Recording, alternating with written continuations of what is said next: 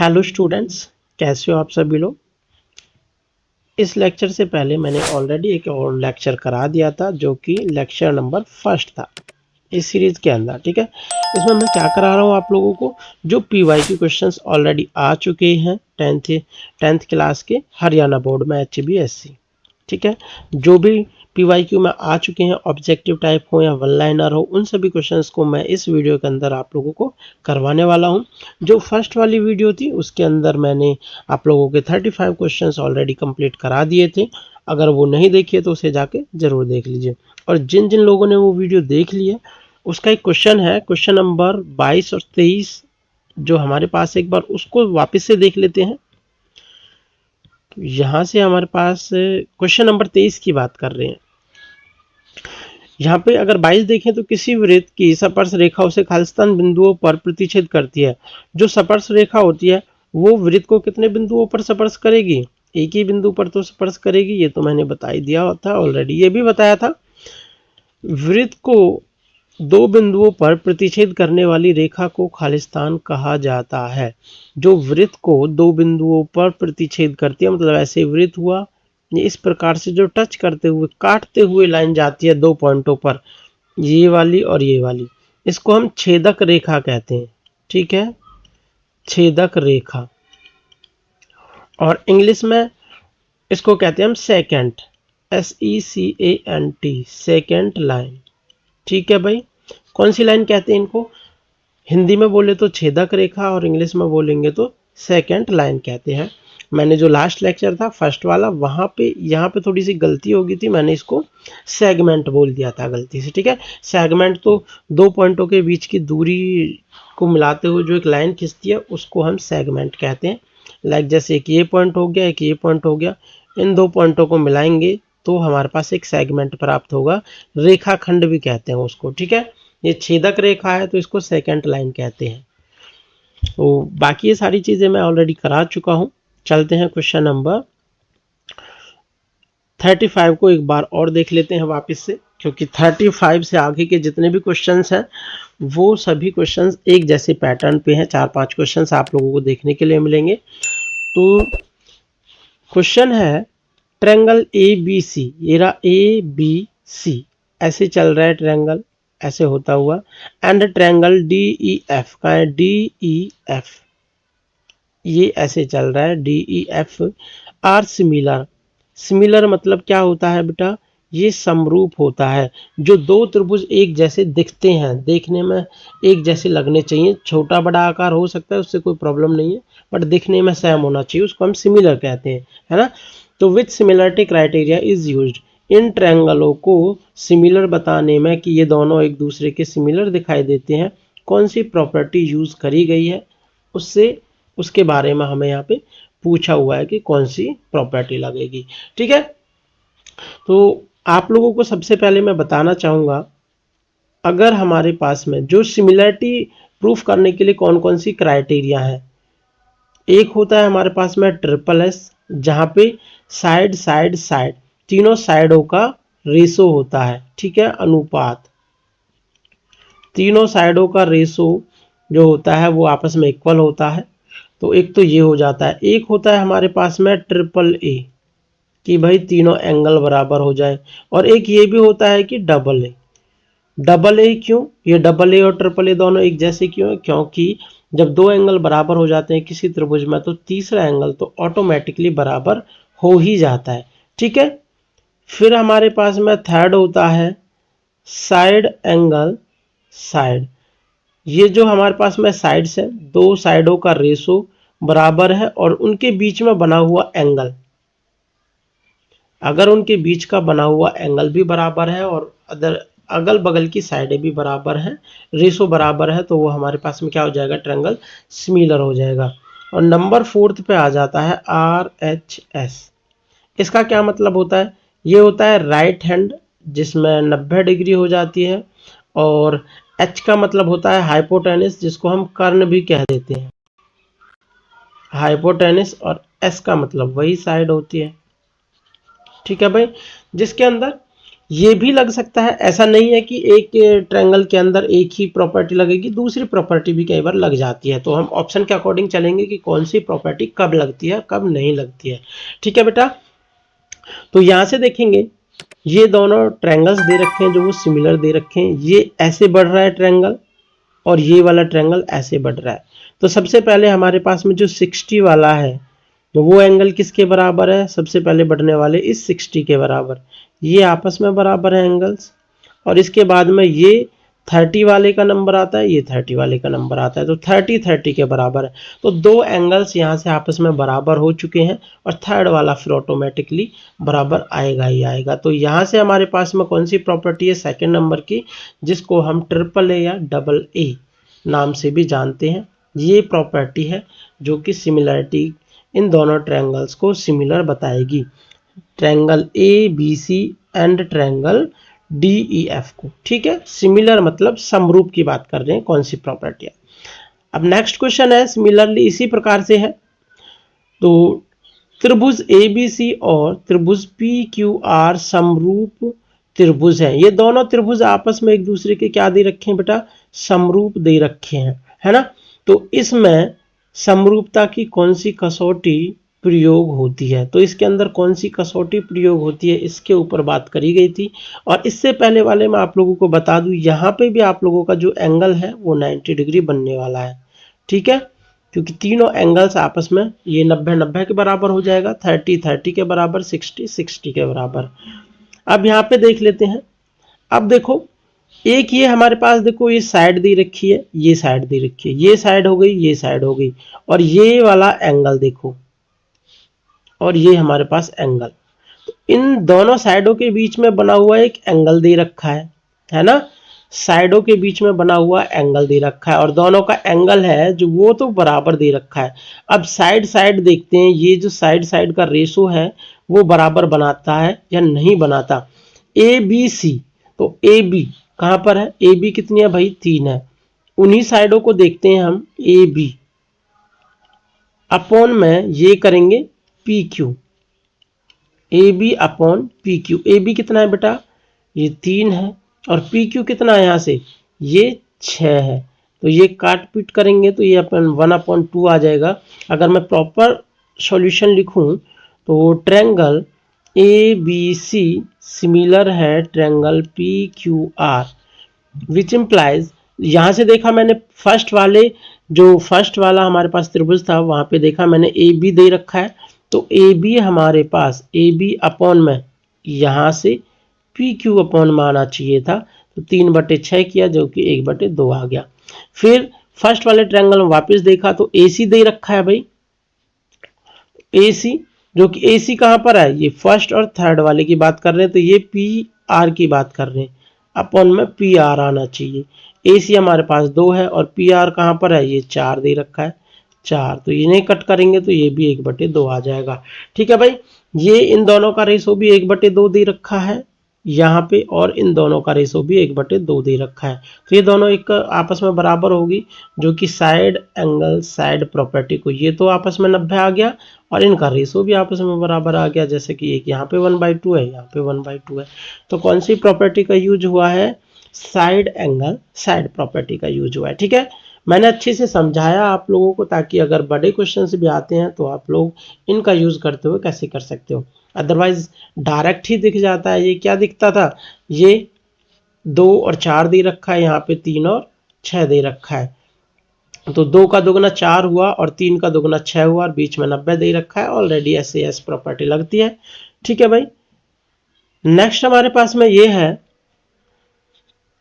त्रिभुज एबीसी और त्रिभुज क्यू आर पी समरूप है। देखो जो हमारे पास में त्रिभुज के नाम दे रखे होते हैं ना, उन्हीं के अकॉर्डिंग हमें चलना होता है कि समरूप है। जो संगत भाग कैसे देखते हैं, एंगल्स को कैसे देखते हैं भाई, एंगल जो ए है वो एंगल क्यू के बराबर निकलना चाहिए। जब हमारे पास में दो त्रिभुज ये ए बी सी आपस में सिमिलर है, त्रिभुज क्यू आर पी, तो हम कैसे देखेंगे, ए बी का रेशो क्यू आर के साथ में, इसके साथ में मिलाएंगे, और बी सी का रेशो किसके साथ में मिलाएंगे भाई, आर पी या पी आर के साथ में मिलाएंगे, और ए सी का रेशो किसके साथ मिलेगा, क्यू पी के साथ में मिलेगा। अगर ये आपस में बराबर हो जाता है तो ट्रिपल एस वाला लगता है। और यहाँ पे आप लोगों को दिख रहा होगा तीनों साइड साइड साइड दे रखी हैं। या तो हमारे पास करेक्ट आंसर आएगा तो ऑप्शन सी आएगा, अदरवाइज डी आएगा। ये तो होने वाले नहीं है क्योंकि एंगल नहीं दे रखा हमारे पास, अवेलेबल नहीं है, तो ये नहीं होगा। यहाँ पे तीनों ही एंगल है तो ये नहीं होने वाले हैं। तो या तो सी ऑप्शन करेक्ट है या डी ऑप्शन करेक्ट है। तो इसके लिए अब हम चेक करेंगे A B upon Q R. तो A B upon Q R, A B कहाँ पर है बेटा, ये ए बी 2 है और क्यू आर कहाँ पर है, ये रहा क्यू आर 4 है। तो कितना आया, ये 1/2 आ गया। फिर बात कर लेते हैं बी सी की। तो b C upon are p, तो यहाँ से बी सी कितनी है 2.5 और आर पी हमारे पास में 5 है तो 2.5 है और यहाँ 5 है तो दुगुना ही है, 1/2 वापस से बनेगा।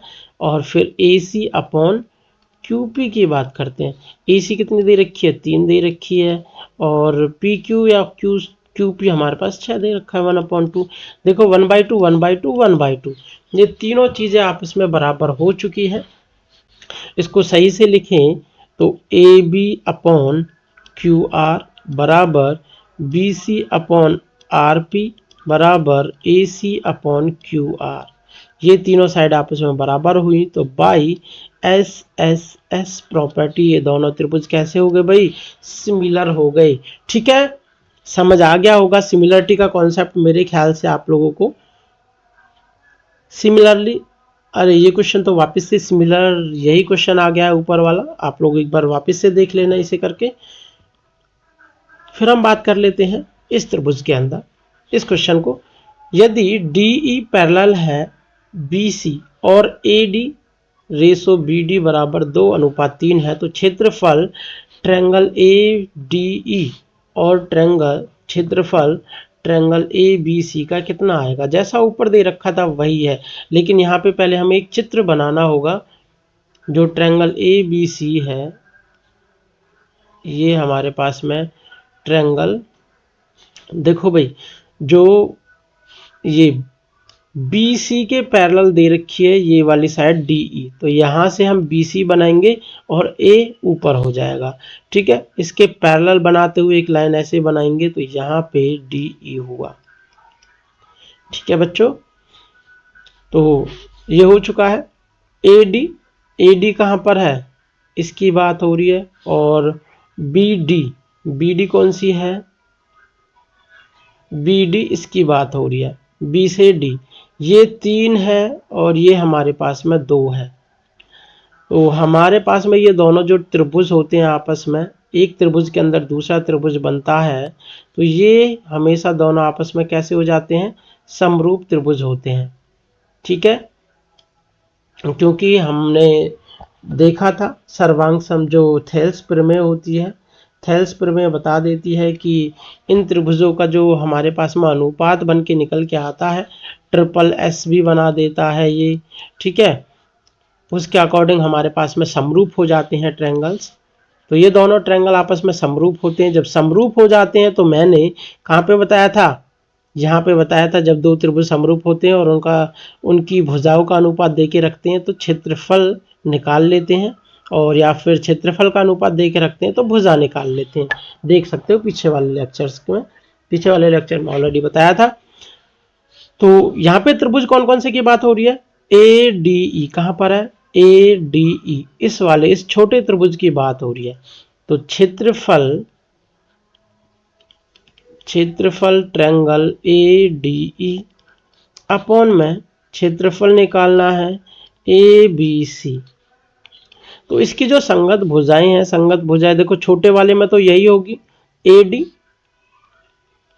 अपॉन में, और जो बड़ा वाला है तो ये टोटल, ये वाली टोटल लेंथ की बात कर रहे हैं हम। यहाँ पे दिखाई दे रही होगी यहाँ से यहाँ तक ए बी की बात कर रहे हैं, तो ए बी आना चाहिए अपॉन में, है ना। ये बस थोड़ा सा लॉजिकल था। तो ए डी का मान 2 दे रखा है, ए बी टोटल दे नहीं रखा, क्या क्या दे रखा है, ए डी दे रखा है और डी बी दे रखा है। दोनों मिलाकर कितने हो जाएंगे 5, इसका स्क्वायर। यही हमारे पास इसका आंसर है, 2 दूनी 4 और 5 पच्चे 25। तो ये आपको बस समझाना था कैसे है कैसे नहीं है। ये दोनों त्रिभुज आपस में समरूप होते हैं। ये टोटल बड़ा वाला त्रिभुज और जो ऊपर छोटा वाला त्रिभुज बनता है, दोनों एक जैसे हैं, सिमिलर दिखने वाले त्रिभुज होते हैं। ठीक है भाई, यहाँ पे हमारे पास में SAS वाली प्रॉपर्टी भी लग जाती है, क्योंकि इस त्रिभुज की भुजा और इस त्रिभुज की भुजा गुना और इसके बीच में जो बना हुआ एंगल A है वो इनके बीच में बन जाता है। ठीक है, आशा करता हूँ ये समझ भी आ गया होगा। Question number 40। कोष्टक में दिए शब्दों में से सही शब्दों का प्रयोग करते हुए रिक्त स्थान भरिए। ये 40 नहीं है, 40 वाला ये है, ये तो जस्ट क्वेश्चन बता रखा था। क्या है? सभी वृत्त खालिस्तान होते हैं। एक छोटा वृत्त है और एक हमारे पास में बड़ा वृत्त है। तो ये दोनों एक जैसे सिमिलर हैं कि नहीं है दिखने में? तो वो सिमिलर ही हैं। यहाँ से हमारे पास में इसको समरूप कह सकते हैं हिंदी में, समान रूप वाले, या फिर इंग्लिश में बोले तो सिमिलर। ठीक है भाई, सभी त्रिभुज, सभी खालिस्तान त्रिभुज समरूप होते हैं। समरूप कौन से त्रिभुज होते हैं? जब त्रिभुज समबाहु होते हैं। समबाहु, जब त्रिभुज की सभी भुजाएं समान होती हैं, या फिर हम उसको क्या कहते हैं, जो समबाहु त्रिभुज होता है उसको हम इक्विवेलेंट ट्रायंगल भी कहते हैं, जिसकी तीनों भुजाएं बराबर होती है। कोई भी बहुपद है, त्रिभुज देखो सबसे छोटा बहुपद होता है जिसकी 3 भुजाएं होती हैं। फिर इसके बाद हमारे पास में वर्ग वगैरह आ जाते हैं, मतलब चतुर्भुज आ जाता है, फिर पंचभुज आ जाता है। ठीक है, इस तरीके से बहुत सारी, ये ऐसे पंचभुज आ गया, षटभुज आ गया, ऐसे ही बढ़ती जाती हैं चीज़ें।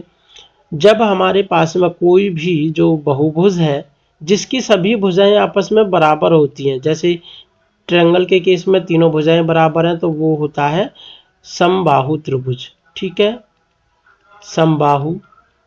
और जब हम एक चतुर्भुज के केस में चारों भुजाएं आपस में बराबर होती हैं और ये 90 डिग्री के एंगल्स पे बनाते हैं, तो ये एक आयत बनता है। एक आयत भी होता है और यहाँ पे हमारे पास में ये एक समचतुर्भुज भी कह सकते हैं, लेकिन सॉरी आयत नहीं, वर्ग, गलती से लिख गया है, ये वर्ग की बात कर रहा हूँ मैं। समचतुर्भुज की भी कह देते हैं और वर्ग भी कहते हैं। तो वर्ग तब होता है जब 90 डिग्री के एंगल्स बनते हैं। और ये हमारे पास में पंचभुज है, ये जब हमारे पास में रेगुलर पंचभुज है जिसकी चारों भुजाएं, पांचों भुजाएं बराबर हो जाएंगी, तो उसको हम रेगुलर पंचभुज कह देते हैं। ठीक है, तो ऐसे सभी फिगर को, ऐसे सभी बहुपदों को हम क्या कह देते हैं भाई? समरूप कहते हैं। समरूप मतलब सिमिलर,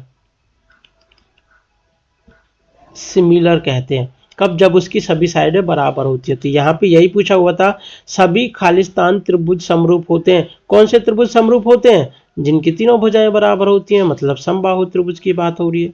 आ गया समझ में? Very good. Question number 43। चीजों को समझाने के लिए आपको थोड़ा सा एक्स्ट्रा बताना पड़ता है, तो आशा है कि आप लोग वेट भी करेंगे, पेशेंस भी रखेंगे कि किस प्रकार से क्वेश्चंस को करना है, कैसे नहीं करना है। जब एग्जाम के अंदर आएगा तो यही जो अब टाइम दोगे वहां पे जल्दी से जल्दी कर पाओगे क्वेश्चंस को। ठीक है, यहाँ पे है, किसी वृत्त की स्पर्श रेखा उसे खालिस्तान बिंदुओं पर प्रतिच्छेद करती है। स्पर्श रेखा की बात हो रही है, टेंजेंट लाइन की बात हो रही है, तो कितने बिंदुओं पर स्पर्श करती है टेंजेंट या फिर स्पर्श रेखा? एक बिंदु पर। वीडियो के स्टार्टिंग में भी बताया था ये, तो है ना। बाह्य बिंदु से वृत्त पर खींची गई स्पर्श रेखाओं की लंबाई खालिस्तान होती है। ये इंपॉर्टेंट है, याद रखना। अगर हम बाह्य बिंदु यहाँ से स्पर्श रेखा ड्रॉ करते हैं, या फिर टेंजेंट बोल सकते हैं इंग्लिश में, टेंजेंट ड्रॉ करते हैं, तो ये पी ए और ये बी, जो ये दोनों लंबाई है टेंजेंट की, p a and p b, ये दोनों आपस में क्या होंगी बेटा? बराबर होंगी, बराबर या फिर इक्वल, इक्वल होंगी। ठीक है भाई, जब हमारे पास में बाह्य बिंदु से टेंजेंट खींचे जाते हैं तो वो बराबर लंबाई के होते हैं। और ये भी याद रखना, बाह्य बिंदु से कितने टेंजेंट खींचे जा सकते हैं, केवल 2 ही खींचे जा सकते हैं, एक पीए हो गया और एक पीबी हो गया। इसके अलावा कोई भी टेंजेंट ड्रॉ नहीं हो सकता है कोई भी बाहर के बिंदु से। और ऐसे ही एक आध क्वेश्चन आ जाते हैं, अगर कोई बिंदु पी वृत्त के ऊपर ही है तो यहाँ से कितने टेंजेंट ड्रॉ हो सकते हैं, केवल एक ही टेंजेंट ड्रॉ हो सकता है। और कोई बिंदु वृत्त के अंदर है तो वहां से कितने टेंजेंट ड्रॉ हो सकते हैं, वहां से 0 टेंजेंट ड्रॉ होंगे, कोई भी टेंजेंट ड्रॉ नहीं होगा। ठीक है बेटा। अब हमारे पास में नेक्स्ट क्वेश्चन है, एक बिंदु से एक वृत्त पर स्पर्श रेखा की लंबाई 4 सेंटीमीटर है। एक बिंदु से एक वृत्त पर, ये हमारे पास एक वृत्त हुआ, एक बिंदु से वृत्त पर स्पर्श रेखा की लंबाई कितनी है, 4 सेंटीमीटर है। और बिंदु की वृत्त के केंद्र से दूरी, जो वृत्त का केंद्र है वो यहाँ पर है, यहाँ से जो इसकी दूरी है वो कितनी है बेटा, 5 सेंटीमीटर है। और वृत्त की त्रिज्या ज्ञात कीजिए। ये वृत्त की त्रिज्या कहाँ पर है, केंद्र से स्पर्श बिंदु तक की दूरी, ये हमें कैलकुलेट करनी है। और आप लोगों को पता है तो बहुत अच्छी बात है। जो स्पर्श रेखा होती है, स्पर्श रेखा ये वाली है, जैसे मैं इसको पी क्यू आर, स्पर्श रेखा क्या है यहाँ पर, पी क्यू स्पर्श रेखा है, और जो रेडियस है वो है क्यू आर। स्पर्श रेखा पर रेडियस हमेशा लंब होती है, मतलब 90 डिग्री का कोण बनाती है। यहाँ पे 90 डिग्री का एंगल बनेगा, और जब ये 90 डिग्री बन जाएगा तो यहाँ से हम by PGT theorem solution start होगा। ये चित्र बनेगा बाई पीजीटी से, पाइथागोरस प्रमेय से, जो कर्ण होता है 90 डिग्री के सामने वाला तो कर्ण होता है भाई, मतलब 5। मैंने वो त्रिकोणमिति वाला चैप्टर भी स्टार्ट कर दिया है, ट्रिग्नोमेट्री वाला, अगर आप लोगों ने वो नहीं देखा है तो वो देख लीजिए जाके, वहां पे भी बताया मैंने। कर्ण का स्क्वायर बराबर लंब का स्क्वायर प्लस आधार का स्क्वायर, ये वाला फॉर्मूला लगाते हैं। कर्ण की जगह 5 है तो 5 का स्क्वायर, आधार इसमें से 4 मान लेते हैं, 4 का स्क्वायर, ये लंब 4 मान लिया, आधार हमें कैलकुलेट करना है। तो 25 और ये 4 चौक 16, दूसरी तरफ जाएगा माइनस का 16, ए स्क्वायर, 25 में से 16 जाएंगे तो कितना आएगा, 9 आएगा। तो ए स्क्वायर बराबर 9 हुआ, और ए बराबर √9 बराबर 3। ये तो निकाला भी है, 9 अंडर रूट के अंदर से 3 होता है। तो इसकी रेडियस कितनी आ चुकी है भाई, सर्कल की रेडियस आ चुकी है 3 सेंटीमीटर। ठीक है। इस टाइप के क्वेश्चन आपको बहुत सारे देखने के लिए मिलेंगे आगे भी, और एग्जाम के अंदर भी क्वेश्चन मिल जाता है इस टाइप का, तो घबराने की बात नहीं है, इजीली समझ आ गया होगा। फिर हमारे पास में नेक्स्ट क्वेश्चन है, from A point Q, Hindi में ही पढ़ लेते हैं। एक बिंदु क्यू से एक वृत्त पर स्पर्श रेखा की लंबाई 24 सेंटीमीटर। सिमिलरली क्वेश्चन है, एक बिंदु क्यू से इस स्पर्श रेखा की लंबाई कितनी सेंटीमीटर है, 24 सेंटीमीटर, तथा क्यू के केंद्र से दूरी, क्यू की केंद्र से दूरी कितनी है, यहाँ पर ये 25 सेंटीमीटर है। तो वृत्त की त्रिज्या ज्ञात करो, तो ये वाली कैलकुलेट करनी है, ये 90 हो गया। एक बार क्वेश्चन किया नहीं, दूसरा तो इजीली हो ही जाता है। कर्ण का स्क्वायर बेटा ये हो गया, 25 का स्क्वायर हो जाएगा बराबर 24 का स्क्वायर और प्लस में आर का स्क्वायर, मतलब रेडियस का स्क्वायर। 25 कितना होता है, 625 होता है। ये माइनस में घटेगा इधर आके, 24 576 हो जाता है, ये आर स्क्वायर हो गया। इनको हम घटाएंगे तो ये हमारे पास में 49 आएगा आर स्क्वायर, और जब आर की वैल्यू कैलकुलेट करनी होगी तो √49, और 49 7 गुना 7, तो आर बराबर 7 सेंटीमीटर। ऑप्शन हमारे पास में कौन सा है, ए करेक्ट हो गया है। ठीक है बेटा, आशा करता हूं आप लोगों को समझ आ गया होगा, या फिर वैसे इसको बाद में भी एक बार किस प्रकार से कर सकते हैं, मैं दोबारा से समझाता हूं। आर स्क्वायर, देखो भाई, इस आर स्क्वायर को मैं यहीं छोड़ देता हूं, आर स्क्वायर बराबर ये 25 का स्क्वायर माइनस 24 का स्क्वायर, तो ए की 2 माइनस बी की 2 यहाँ पे लगा सकते थे, है ना। तो a प्लस बी होता है 24 प्लस 25 प्लस 24, और 25 माइनस 24 भी हो जाएगा, है ना। a plus b, a minus b, 24 और 25 49 हो गया, और यहाँ पर 25 में से 24 जाएंगे तो 1 हो गया। आर स्क्वायर के बराबर वापस से 49 आ गया, आर के बराबर 7 सेंटीमीटर आ गया। तो ये तो है यहाँ पे कैलकुलेशन। अगर 25 का स्क्वायर आता है तो इजीली कैलकुलेट कर पाओगे, 24 का स्क्वायर आता है तो ये कैलकुलेट हो जाता है।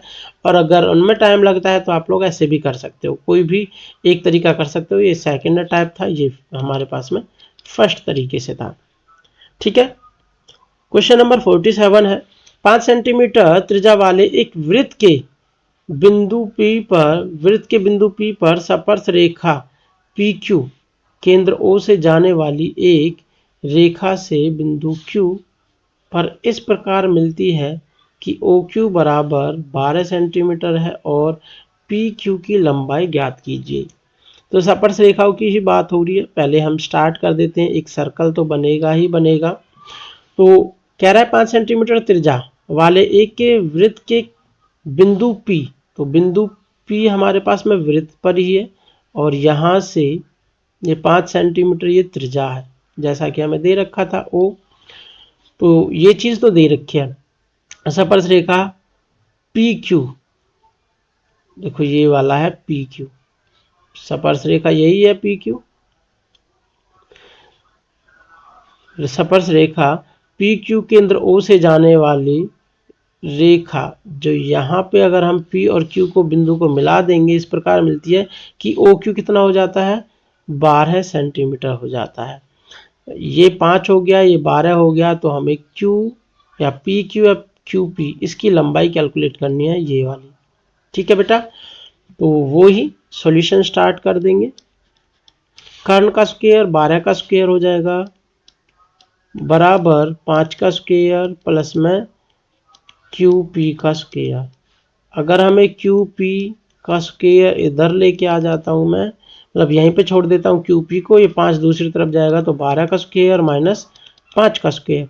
यहाँ से A की 2 माइनस B की 2 भी लगा सकते हैं, या फिर 12 12 की गुना और 5 5 की गुना कर सकते हैं, कोई भी लगा सकते हैं। अगर 12 12 144 हो गया, माइनस 5 25 25 हो गया, तो इन दोनों को घटाएंगे तो 119 आएगा। QP का स्क्वायर 119 है और QP के बराबर कितना आ जाएगा, अंडर रूट 119। ठीक है भाई, तो यहाँ से हमारे पास में आंसर हो गया अंडर रूट 119 सेंटीमीटर। ठीक है बेटा, ऑप्शन नंबर डी। नेक्स्ट हमारे पास है क्वेश्चन नंबर 48। यदि एक रेखाखंड का एक सिरा मूल बिंदु है, मूल बिंदु का क्या होता है बेटा, मूल बिंदु का मतलब होता है ओरिजिन। ओरिजिन मतलब 0,0, जो पॉइंट है वो 0,0 है। If origin is the one end of A line segment, मतलब एक रेखाखंड का एक बिंदु तो 0 0 हो गया है, जिसका मध्य बिंदु 1,0 है। मध्य बिंदु 1,0 दे रखा है, मतलब इस प्रकार से है, ये 0,0 हो गया एक बिंदु। फिर अगला बिंदु आया हमारे पास में 1,0 जो मध्य में है। फिर दूसरा बिंदु ये है, इसको A बोलो, इसको B बोलो, इसको B बोल देते हैं, इसको C कहता हूं मैं। तो C हमें कैलकुलेट करना है x, y क्या आने वाला है। Find the coordinate of the other and point, या दूसरे सिरे के निर्देशांक ज्ञात कीजिए। ये 7th चैप्टर से स्टार्ट हो गया है चैप्टर। जो ये ऊपर वाला चैप्टर था ये आप लोगों का ये 10th चैप्टर से लिया गया था ये सारे क्वेश्चंस को। इससे पहले 6th चैप्टर के क्वेश्चंस कराए थे मैंने ऊपर। ठीक है, सारे क्वेश्चंस का, सारे चैप्टर्स का रिवीजन हो जाएगा जैसे जैसे आप ये वीडियो एक बार कंप्लीट देख लोगे, है ना। तो यहाँ से हमारे पास में जब इसकी बात करते हैं तो सॉल्यूशन स्टार्ट करते हैं।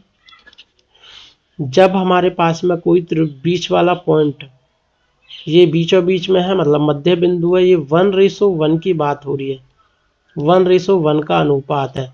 जब अनुपात 1:1 का होता है तो यहाँ 1 की मल्टीप्लाई करो, यहाँ 1 की मल्टीप्लाई, ये करने की जरूरत नहीं पड़ती है, क्योंकि 1 की मल्टीप्लाई करने से कोई फर्क ही नहीं पड़ता है, जैसा नंबर है वैसा ही रहता है। तो यहाँ पे हम मध्य बिंदु सूत्र लगाते हैं। मध्य बिंदु सूत्र क्या कहता है, जो बीच वाले पॉइंट है उनके बराबर कि 1,0, जहाँ बीच वाले पॉइंट हम निकालते हैं मध्य बिंदु सूत्र से, लेकिन यहाँ दे रखे हैं तो वो रख देंगे, वो बराबर हो जाते हैं ये A ए का एक्स वाला पॉइंट और बी का सी का एक्स वाला पॉइंट दोनों को जोड़ेंगे और 2 से भाग करेंगे। 2 से भाग क्यों करते हैं? क्योंकि जो हमारे पास में यहाँ पर 1+1 रेशो दे रखे हैं, 1 m + n करते हैं तो 1+1 ट्रू आ जाता है। यहाँ पे आएगा 0 + x/2, कॉमा लगेगा, y को ऐड करेंगे तो 0 + y/2। तो यहाँ से फर्स्ट वाला फर्स्ट के बराबर और सेकंड वाला सेकंड वाले के बराबर रख देंगे। ये थोड़ा सा और सॉर्ट आउट करें तो x/2 लिखे जाएगा और यहाँ पे y/2 लिखा जाएगा। तो यहाँ से जब हम इक्वल करेंगे तो 1 के बराबर आया x/2, तो ये 2 मल्टीप्लाई में जाएगा, विच इम्प्लाइज x के बराबर कितना आ गया बेटा? 2। और ये y/2 किसके बराबर आएगा? 0 के बराबर, मतलब y का मान 0। तो यहाँ से जो ये वाला पॉइंट है, जब वैल्यूज पुट करेंगे 2, 0 हो जाएगा। ठीक है भाई। तो यहाँ से जो हमारे पास न्यू कोऑर्डिनेट्स के पॉइंट आए हैं 2, 0 है। वैसे यहाँ से पता ही चल गया था, 0 तो एज इट इज चल रहा है, ये y 0 ही हो जाता यहाँ पर, और जो हमारे पास में ये 0 है 1 हुआ, फिर ये 2 हो जाता। ऐसे भी हमें पता चल रहा था, लेकिन मैंने समझाया आप लोगों को किस प्रकार से हमें क्वेश्चंस को टैकल करना होता है ना। क्वेश्चन नंबर 49 की बात करते हैं। यदि रेखाखंड का मध्य बिंदु, देखो मध्य बिंदु दे रखा है 3,4, जिसका एक सिरा 7,-2 है, तो दूसरे सिरे के निर्देशांक ज्ञात करो। सिमिलरली वैसा ही क्वेश्चन है, मध्य बिंदु दे रखा है और मध्य बिंदु के बराबर रखते हैं 3,4 बराबर जो दूसरे पॉइंट के कोऑर्डिनेट्स हैं उनको मैं क्या मान लेता हूँ? x, 0। तो एक पॉइंट्स के ये हैं 7,-2 और दूसरे के x, y, दोनों को ऐड करेंगे 7 + x/2, -2 + y/2। ठीक है। मध्य बिंदु के बराबर हमारे पास बाकी अदर जो पॉइंट्स एंड पॉइंट्स होते हैं उन दोनों को जोड़ देते हैं। यहां से देखो x और 7 और x तो आपस में जुड़ नहीं सकते, अब क्या करेंगे? इनको पहले वाला पहले वाले के बराबर और दूसरा वाला दूसरे वाले के बराबर रख देंगे। यहाँ से 3 बराबर कितना आ गया? 7 + x/2। यहाँ 1 जब क्रॉस मल्टीप्लाई करेंगे तो ये 2 3 के साथ मल्टीप्लाई हो जाएगा, ऐसे क्या निकल के आएगा? 6 बराबर 7 + x। ये 7 दूसरी तरफ जाके माइनस का होगा, 6 - 7 बराबर x। तो x के बराबर कितना आएगा यहाँ से बेटा? -1, क्योंकि माइनस का 7 बड़ा है और ये 6 छोटा है। ठीक है। ऐसे ही ये तो x का मान आ गया, जब y के बराबर रखेंगे तो -2 + y/2 बराबर कितना आएगा? 4। ये 2 की मल्टीप्लाई यहाँ हो जाएगी, तो -2 + y बराबर 8। ये 2 दूसरी तरफ जाके प्लस का हो जाएगा, y बराबर 8 + 2 10 हो गया। तो y के बराबर कितना आ गया बेटा? 10। तो पॉइंट कितना हो जाएगा हमारे पास? x, y ये वाला पॉइंट है, तो x की जगह -1 और y की जगह 10। तो हमारे पास ये वाला पॉइंट हो गया -1, 10। ठीक है। तो ये क्वेश्चन कई बार आप लोगों का 3 मार्क्स में भी आ जाता है। कितने मार्क्स में आ जाता है? 3 मार्क्स के अंदर आ जाता है क्वेश्चन, और कई बार 2 मार्क्स में भी आ जाता है। तो इस टाइप के क्वेश्चंस को जितना समझ लोगे उतना अच्छा है। 1 नंबर में आएगा तो 1 नंबर में, देखो अभी तो 1 नंबर में आया हुआ था, बाकी ये अपने टाइम के अकॉर्डिंग कैसा भी आता रहता है। तो अभी एग्जाम से पहले टाइम दे लो, जितना भी दे पा रहे हो कोई प्रॉब्लम नहीं है, पर एग्जाम में टाइम नहीं लगना चाहिए, इतनी फास्ट कैलकुलेशन हो जानी चाहिए आप लोगों की, है ना। क्वेश्चन नंबर 50 है, coordinates midpoint of a line joining 2 points, this one and this one is, क्या होंगे? मतलब बिंदु -1, 7 तथा 4, -3 को मिलाने वाले रेखाखंड के मध्य बिंदु के निर्देशांक क्या होंगे? इस बार हमें देखो मध्य बिंदु कैलकुलेट करने हैं, बाकी दोनों पॉइंट्स दे रखे हैं। जो मध्य बिंदु कैलकुलेट करना होता है, तो मैंने कहा था मध्य बिंदु तो यहाँ पे आता है, वो कैलकुलेट ही करना है इस बार। बाकी के दोनों पॉइंटों को x को आपस में जोड़ो, y को आपस में जोड़ो और 2 से डिवाइड कर देते हैं। -1 + 4 ये जोड़े अपन में 2, 7 और ये प्लस करना है -3/2। ठीक है। ये हो जाएगा हमारे पास, घटेगा तो माइनस का ये सॉरी माइनस नहीं आएगा, प्लस ही आएगा, 3/2 और 7 में से ये 3 घटेंगे तो 4/2 आ जाएगा। यहाँ पे क्या आ गया 3/2, 4 को 2 से काटेंगे तो 2 आ गया। कितना आंसर आ गया? ऑप्शन नंबर सी 3/2 और comma 2, option number c. Question number 51 है coordinates of any point on y axis is, या फिर बोले तो वाई एक्सिस पर किसी बिंदु के निर्देशांक कितने होंगे। कौन से एक्सिस की बात हो रही है? Y axis. तो वाई एक्सिस पर एक्स के कोऑर्डिनेट्स तो 0 होंगे भाई, ये तो 100% श्योर है। और वाई क्या होगा? वाई का नहीं पता क्या होगा, वाई कुछ भी हो सकता है। तो इन दोनों से मिलाकर जो कोऑर्डिनेट्स बनेगा वो क्या होगा? सॉल्यूशन है, क्योंकि वाई एक्सिस की बात हो रही है तो x बराबर 0, वाई क्या होगा? वाई का नहीं पता, वाई कुछ भी हो सकता है, एनी नंबर, कोई भी नंबर हो सकता है। तो पॉइंट्स कैसे बनता है? x का पॉइंट x, y मिलके बनता है और y की जगह तो 0 आ चुका, x की जगह तो 0 आ गया और y, तो वो पॉइंट क्या आ जाएगा? 0, y। तो 0, y कहाँ पे है? ऑप्शन नंबर डी में है। यहाँ ये गलत और ऑप्शन नंबर सी भी गलत है। फिर हमारे पास में मूल बिंदु के निर्देशांक क्या होते हैं? अभी ऊपर वाले क्वेश्चन में देखा ही होगा, मैंने बताया था। ये कहाँ गया? ये रहा क्वेश्चन नंबर 48। देखो मूल बिंदु क्या बताया था मैंने? 0,0। 9th क्लास में यहाँ से स्टार्ट होता है, मूल बिंदु वगैरह देखे जाते हैं। और ये जो मूल बिंदु है हमारे पास क्या हो गया बेटा? 0,0। काफी इजी है। फिर हमारे पास है बिंदुओं -5, 7 और -1,3 के बीच की दूरी कैलकुलेट कीजिए, ज्ञात कीजिए। तो मतलब हमें डिस्टेंस फॉर्मूला अप्लाई करना है। डिस्टेंस फॉर्मूला क्या होता है? याद होगा, बताओ। x2 - x1 का whole square plus y2 - y1 का होल स्क्वायर। अगर वीडियो आप लोगों को पसंद आती है तो लाइक ज़रूर किया कीजिए इसे, और बेल आइकन को प्रेस कर लीजिए और चैनल को सब्सक्राइब किया करो। अपने दोस्तों के साथ शेयर जरूर करें। यहाँ पे देखो x2 का मान क्या है? -1 है। x1 क्या है? -5 है। ये वैल्यू पुट करेंगे, ये -1 माइनस लगा हुआ है ऑलरेडी क्वेश्चन में, यहाँ पे फॉर्मूले में, और क्वेश्चन में भी -5 है। माइनस माइनस प्लस हो जाता है, इनका स्क्वायर प्लस में ये 3 आया और माइनस का 7, इनका स्क्वायर अंडर द रूट।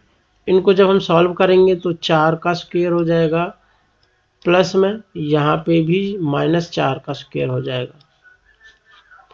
4 का स्क्वायर करेंगे तो 16 आएगा और -4 का स्क्वायर करेंगे तब भी 16 आएगा। 16 कितना हो जाएगा? 32 हो जाएगा। और 32 को जब हम सॉल्व करेंगे 4√2 आ जाएगा। कई बार सॉल्व किया है और इसको ऐसे सॉल्व कर सकते हैं, 2 से 16 बार, 2 से 8 बार, 2 से 4 बार, 2 से 2 बार और 2 से 1 बार। 2 का जिनका जोड़ा बन जाता है उनको बाहर लिख देते हैं, 1 को 2 × 2, और जो नहीं बना उसको अंडर रूट में ही रहने देते हैं। 2 दूनी 4, ये रहा, और √2 ये रहा। ठीक है भाई, इतना हमारे पास में इसका आंसर आ गया है। फिर question number 54, the coordinates of the point which divides the join of this and this in the ratio this one। मतलब हिंदी में देखें तो उस बिंदु के निर्देशांक जो कि बिंदुओं इस बिंदु को और इस बिंदु को मिलाने वाले रेखाखंड को कितने अनुपात में काट रहा है भाई? 2:3 में। मतलब m/n हमारे पास में ये आ चुका है। और इन दोनों बिंदुओं को, एक बिंदु अगर मैं यहाँ पे लिखूँ -1,7 और दूसरा बिंदु अगर मैं 4, -3 लिखूँ, इन दोनों को मिलाने वाले रेखाखंड को 2:3 के अनुपात में डिवाइड कर रहा है। ये पॉइंट हमें कैलकुलेट करना है x, y। तो सॉल्यूशन स्टार्ट करते हैं। x, y हमारे पास हो जाता है, क्या होता है? इस 3 की यहाँ मल्टीप्लाई करो, इस 2 की यहाँ मल्टीप्लाई करो, और डिवाइड में इन दोनों के सम कर दो। 5 करेंगे 3 से, -3 प्लस का 2 की मल्टीप्लाई करेंगे 4 के साथ, तो 4 दूनी 8/5। ठीक है भाई। अब यहाँ 7 के साथ करूँगा 3, तो 7 तिया 21 और माइनस का 2 तिया 6/5 हो गया। ये 5/5 ये 15/5 हुआ है बेटा, ये 1 हो गया और ये 3 हो गया। कहाँ आ गया आंसर? आंसर नंबर डी हो गया इसका। ठीक है, ये आप लोगों का 3 मार्क्स में कई बार देखने के लिए मिल जाता है क्वेश्चन, है ना। क्वेश्चन नंबर 55 की बात कर लेते हैं। वह अनुपात जिसमें बिंदुओं इतने और इतने को जोड़ने वाले रेखाखंड को y अक्ष विभाजित करता है। हमें अनुपात कैलकुलेट करना है, रेशो कैलकुलेट करना है जब y एक्सिस डिवाइड करता है इन दोनों पॉइंटों को। मतलब एक पॉइंट ये हुआ और एक पॉइंट यहाँ पे हुआ। एक पॉइंट कहाँ पे है हमारे पास में? ये 5,-3, ये हमारे पास में 5,-3 हो, ये -6 हुआ और -1,-4 हुआ। जब इसको ऐसे डिवाइड करती है तो यहाँ से हमें कैलकुलेट करना है। y एक्सिस की बात कर रहा है ना, y एक्सिस पर जो पॉइंट होते हैं सभी x के बराबर तो 0 हो गया। यहाँ पर जो पॉइंट यहाँ पे निकल के आएगा वो 0,y पॉइंट होगा। ठीक है भाई, 0,y। तो 0,y के बराबर कितना हो जाएगा? इस रेशो को मान लेते हैं हम k/1 में डिवाइड हो रहा है। k की मल्टीप्लाई कहाँ करेंगे? दूसरे वाले के साथ, और इस 1 की मल्टीप्लाई कहाँ करेंगे? पहले वाले के साथ में। करो तो भाई। और इस 0 y वाले पॉइंट से हमें अनुपात निकल के आएगा, क्योंकि x का मान हमें पता नहीं है तो x को हमें सॉल्व करने की नीड भी नहीं पड़ेगी। y का नहीं पता तो x को हम सॉल्व करना है। तो यहाँ 5 के साथ में 1 की मल्टीप्लाई करेंगे तो 5 ही आएगा। इस k की मल्टीप्लाई -1 के साथ करूँगा तो माइनस का k आ जाएगा, अपॉन में k+1 आ जाएगा भाई। कॉमा में यहाँ पे जो वैल्यू आएगी y की वही रहेगी। सॉल्व कर सकते हो आप लोग। क्या आएगा? इस 1 की मल्टीप्लाई -6 के साथ आएगी और -4 की मल्टीप्लाई के साथ ये आएगा, अपन में k+1। तो ये रखने से तो कोई फायदा नहीं होगा, y का मान यहाँ रखने से फायदा हो जाएगा। ये 0 के बराबर रखना है, k-5/k+1 बराबर 0। ये 0 में जाके मल्टीप्लाई 0 हो जाएगा, 5 - k बराबर 0 और k का मान यहाँ से 5 आ जाएगा। इस k को दूसरी तरफ लेके गए तो प्लस का हो जाएगा, k बराबर 5। और रेशो हमने क्या माना था? k/1, तो 5/1 इसका करेक्ट आंसर आ गया। 5/1 ऑप्शन नंबर डी। ठीक है बेटा, समझ आ गया होगा। अब चलते हैं क्वेश्चन नंबर 56 पर। इस टाइप के क्वेश्चन से मैंने अभी ट्रिग्नोमेट्री वाला जो लेक्चर स्टार्ट किया है वहाँ पे समझाया भी है, और इसको भी एक बार समझा देता हूँ। साइन a बराबर 3/4 हो गया है। तो साइन a बराबर 3/4, साइन कितने के बराबर होता है? L/k/a। लंब अपॉन कर्ण L/k के बराबर होता है, विच इम्प्लाइज L की वैल्यू यहाँ से कितनी है बेटा? 3 है, और k की वैल्यू यहाँ से कितनी आ चुकी है? 4 आ चुकी है। L की वैल्यु 3 है, लंब की वैल्यू 3 है, कर्ण की वैल्यू 4 है, और tan थीटा कैलकुलेट करना है हमें, मतलब tan a कैलकुलेट करना है। तो tan कितना होता है? L/e। L/a, तो L हमारे पास में दे रखा है 3, और k की वैल्यू हमारे a की वैल्यू हमें कैलकुलेट करनी है। तो 3/समथिंग होगा, यहाँ पे 4/समथिंग ये चीज़ें दे रखी हैं तो हो ही नहीं सकती। अब नन ऑफ दीज या फिर ये इस टाइप का है, ठीक है। लेकिन हमें इन सब चीज़ों को देखने से पहले हमें निकाल लेना था k² बराबर L² प्लस a²। ये पीजीटी थ्योरम है, इसका यूज़ करना है। k मतलब 4 है, 4 चौक 16, L मतलब 3 है, 3 3 9 प्लस a²। ये दूसरी तरफ जाएगा तो 16 - 9 बराबर a²। घटेगा तो 7 आएगा a² के बराबर। a के बराबर कितना आएगा बेटा? √7। तो यहाँ पे a के बराबर √7 रख दो, कितना आ गया? 3/√7। ऑप्शन नंबर बी करेक्ट हो गया। ठीक है, देखो सिमिलरली क्वेश्चन है 3/4 दे रखा था साइन के बराबर, तो यहाँ से हमें क्या कैलकुलेट करने की बात करी गई है? cos a की बात करी गई है। तो cos a कितने के बराबर होता है? आधार अपॉन कर्ण के।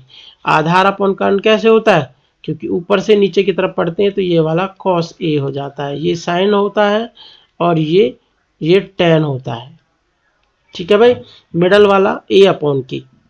a की वैल्यू अभी निकाली है मैंने, कितनी है? √7, और k का मान कितना दे रखा था? 4 दे रखा था। √7/4 कहाँ पर है? ऑप्शन नंबर बी, ये करेक्ट हो गया। नेक्स्ट हमारे पास है क्वेश्चन नंबर 58। ये हमें इनके लिए, इन चीज़ों को सॉल्व करने के लिए आप लोगों को याद होने चाहिए कि भाई tan 45 का मान कितना होता है। तो वो सॉल्व करते हैं, ये कितने के बराबर है या फिर ये कितने के इक्वल है, ये चीज़ पूछी हुई है। तो 1 minus tan square 45, tan square 45 को हम कितना लिख सकते हैं बेटा, tan 45 का होल स्क्वायर भी कर सकते हैं, ये मैंने समझाया था ट्रिग्नोमेट्री वाले में, है ना। तो ये ऊपर चली जाती है tan 45 का होल स्क्वायर, 1 माइनस ये tan 45 का मान होता है 1, इसका स्क्वायर अपॉन में 1 प्लस 1 का स्क्वायर, तो 1 माइनस 1 अपॉन 1 प्लस 1, 0 अपॉन 2, तो कितना आएगा 0। आंसर डी करेक्ट हो गया।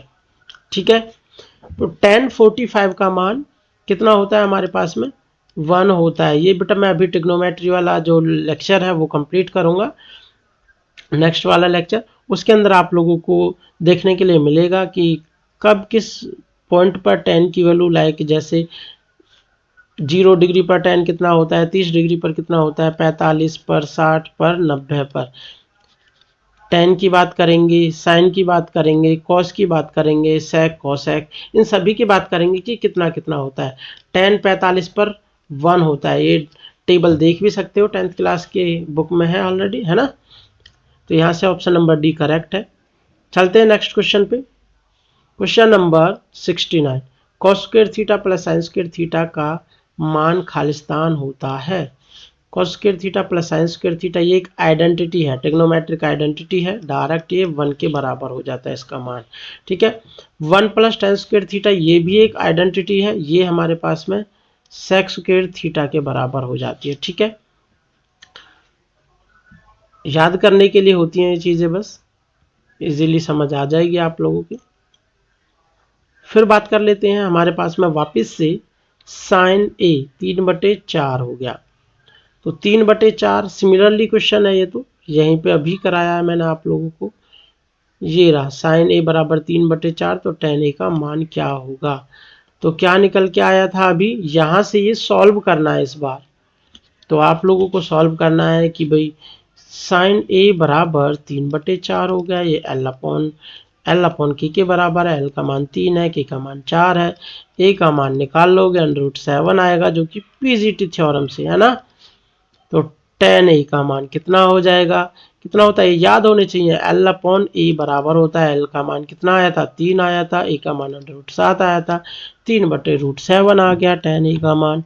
ठीक है बेटा, नेक्स्ट क्वेश्चन, क्वेश्चन नंबर 62, वृत्त तथा उसकी स्पर्श रेखा के उभयनिष्ठ बिंदु को खालिस्तान कहते हैं।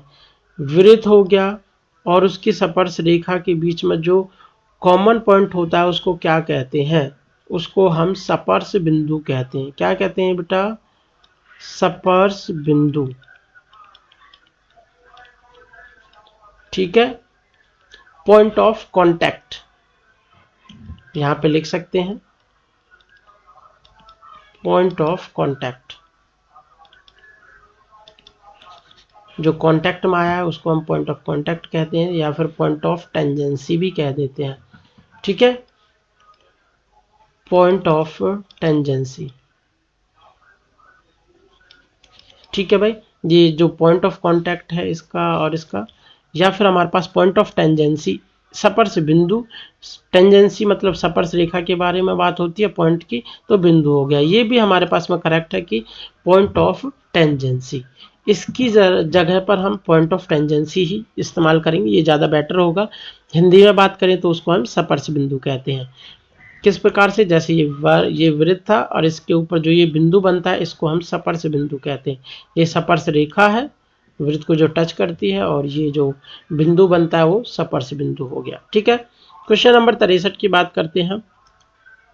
लंब वृत्तीय बेलन के आधार का व्यास कितना दे रखा है भाई, 2r व्यास है, तो त्रिज्या आप लोगों को निकालनी आती है, व्यास की आधी हो जाती है, तो त्रिज्या तो r होगी। उसकी ऊंचाई कितनी है, h दे रखी है हाइट, उसका वक्र पृष्ठीय क्षेत्रफल ज्ञात कीजिए। बेलन का वक्र पृष्ठीय क्षेत्रफल CS से क्या होता है बताओ भाई, 2πr h होता है। ठीक है, आर की जगह रेडियस ही आएगी, एच की जगह एच आएगी, तो 2 पाई आर एच हो गया। ऑप्शन नंबर बी करेक्ट है। तो जस्ट फॉर्मूला पूछा गया था और कुछ नहीं पूछा है। यहाँ पे अगला क्वेश्चन है, लंबवृत्तीय बेलन के आधार का व्यास 2r है। सिमिलरली त्रिज्या जो रेडियस है वो तो r हो चुकी है, एंड ऊंचाई इसकी हाइट हो चुकी है, एच हो चुकी है। तो इसका संपूर्ण पृष्ठ क्षेत्रफल ज्ञात करने की बात हुई है।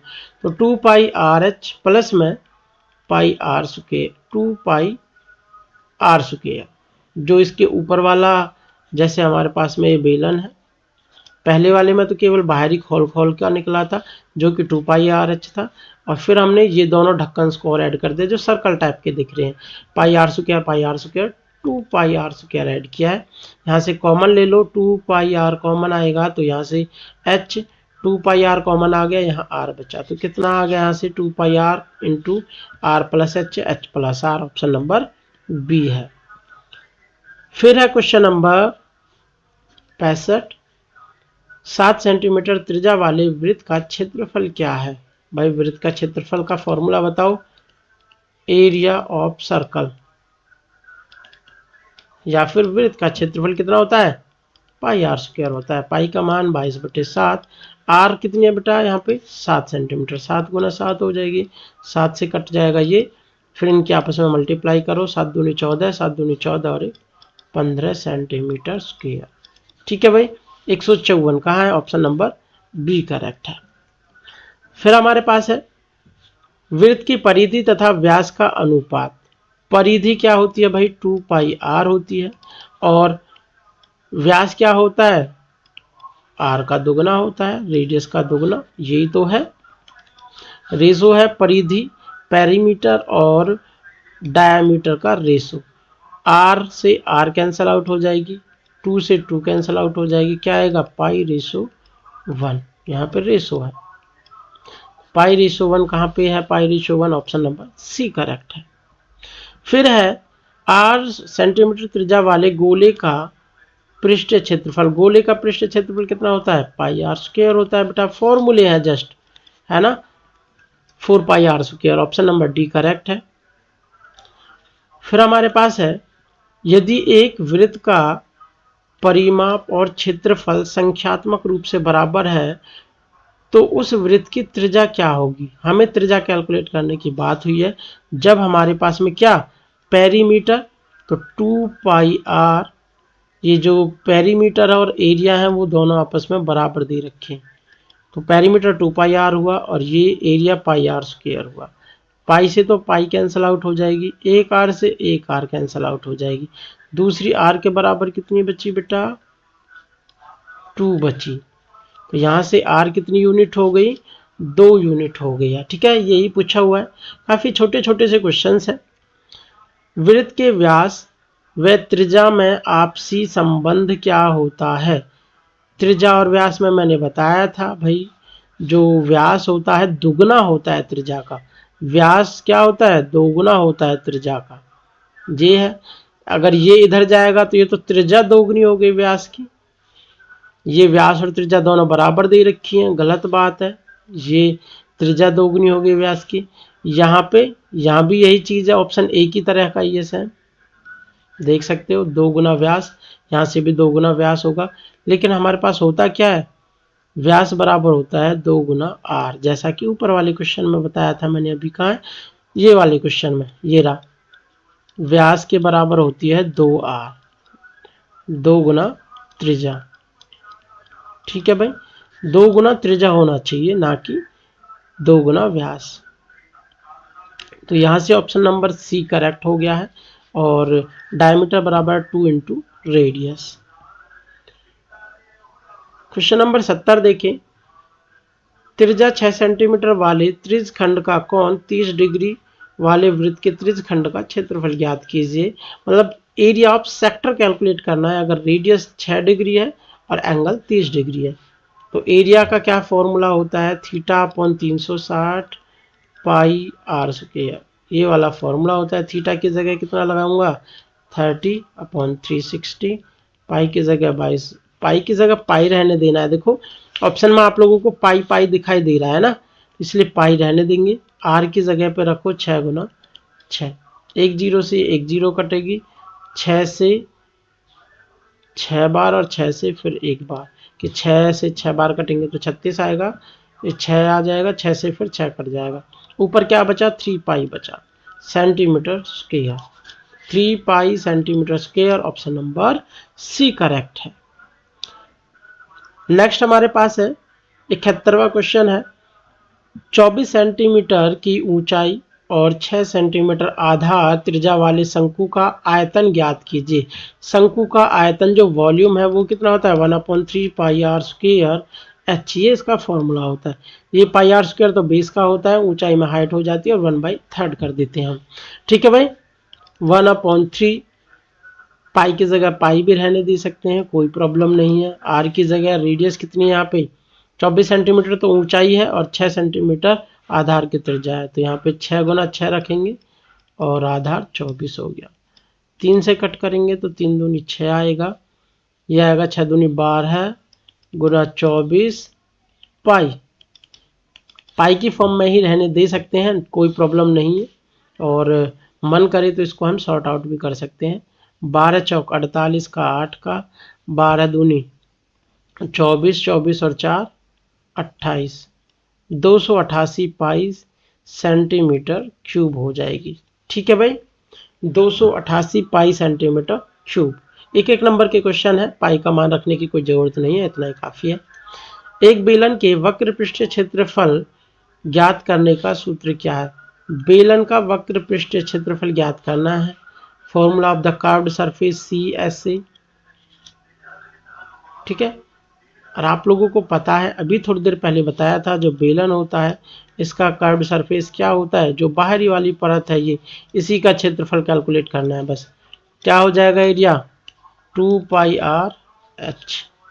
ठीक है भाई,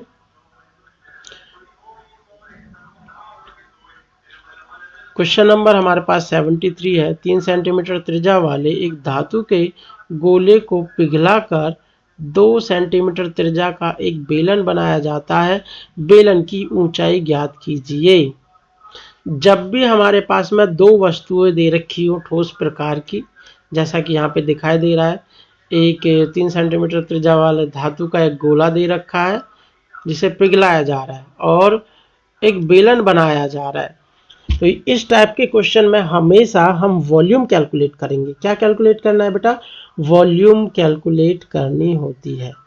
ठीक है, तो जब भी हम एक चीज को पिघलाकर दूसरी चीज में बना रहे होते हैं तो उन दोनों की वॉल्यूम बराबर हो जाती है। वॉल्यूम ऑफ किसका, स्फीयर की, मतलब गोले की वॉल्यूम बराबर हो जाएगी वॉल्यूम ऑफ बेलन मतलब सिलेंडर की। तो ये दोनों आपस में आप लोगों को बराबर रखनी है।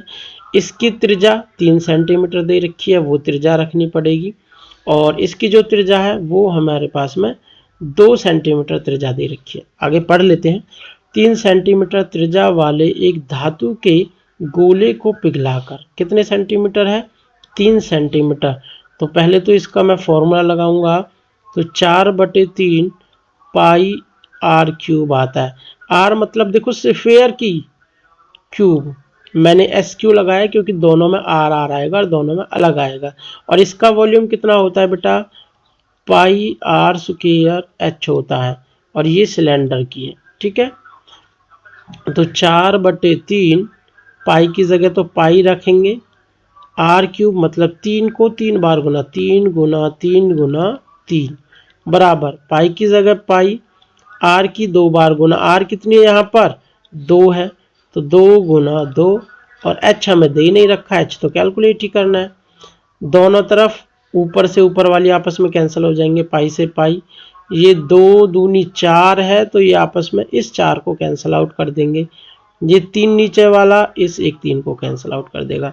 अब देखो ऊपर कितना बचा, यहाँ पर 3 बचा, और इधर की तरफ 4 एच बचा, सॉरी 3 गुना 3 बच रहा है, और h का मान कितना हो जाएगा, 9 हो जाएगा। ठीक है बेटा, h हमारे पास आ गया 9 सेंटीमीटर। ठीक है, तो ये हमारे पास है। इसके बाद हमारे पास में कुछ प्रोबेबिलिटी के क्वेश्चंस आ जाएंगे, यहाँ पर देखने के लिए मिलेंगे। आप लोग देख रहे होंगे सारे क्वेश्चन सीक्वेंस वाइज है, मतलब एक साथ लगा रखे हैं चैप्टर वाइज। ये आप लोगों का जो 12th चैप्टर है वहाँ से लिए गए हैं क्वेश्चंस, जो ऊपर तक यहाँ पे ये 12th चैप्टर के क्वेश्चंस थे सभी। और ये भी 12th चैप्टर का क्वेश्चन है, ये भी 12th का है। ये हमारे पास स्पर्श बिंदु का एक क्वेश्चन डाल दिया था बीच में, जो कि हमारे पास 10th चैप्टर का क्वेश्चन था। और इससे पहले ये ट्रिग्नोमेट्री के 2-3 क्वेश्चंस आप लोगों ने देखे, यहाँ पे 5-6 क्वेश्चंस हैं। फिर ये 7th चैप्टर से क्वेश्चंस लिए गए थे। ठीक है भाई, तो इस प्रकार से आप लोगों को मैंने चैप्टर वाइज क्वेश्चंस को अरेंज किया था। और आशा करता हूँ वीडियो आप लोगों को समझ आई होंगी, क्वेश्चन भी समझ आए होंगे। अगर चैनल आप लोगों को जो वीडियोज़ हैं ये पसंद आ रही हैं, अपने दोस्तों के साथ भी शेयर किया करो, और चैनल को सब्सक्राइब एंड वीडियो को लाइक, बेल आइकन प्रेस करते हुए ये वीडियो यहीं पे एंड करते हैं। ठीक है, बाय बाय।